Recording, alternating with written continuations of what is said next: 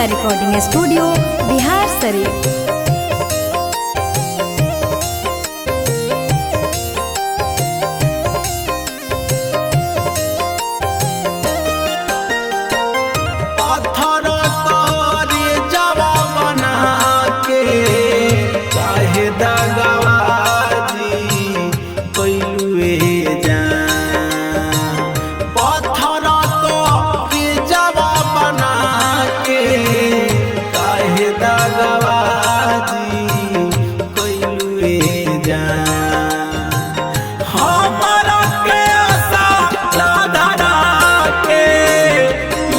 संग चली गइलुए जान हमारा के आशा राधा के पियावा संग चली गइलुए जान।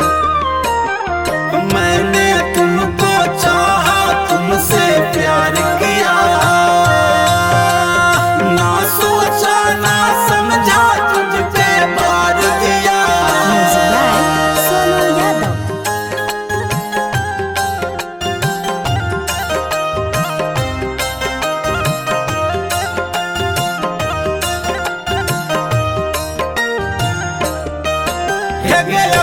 से बरवा झरा झरा गिरऊ दर्द न हो तोरा, एक दर्द न हो तोरा। बैठ के डलिया में गेने के जानू पियावे के कोरा, एक पियावे के कोरा।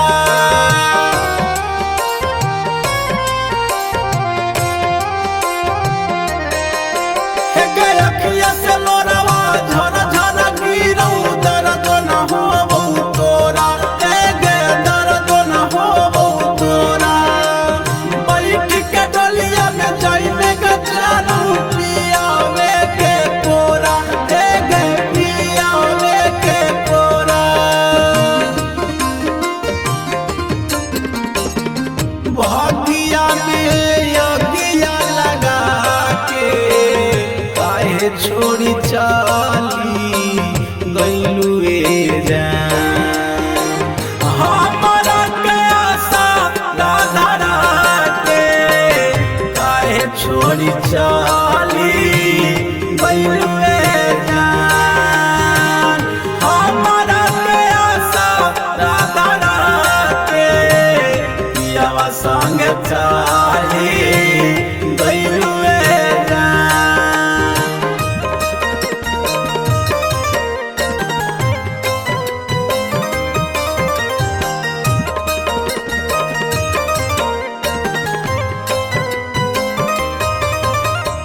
Mix by Sonu Yadav.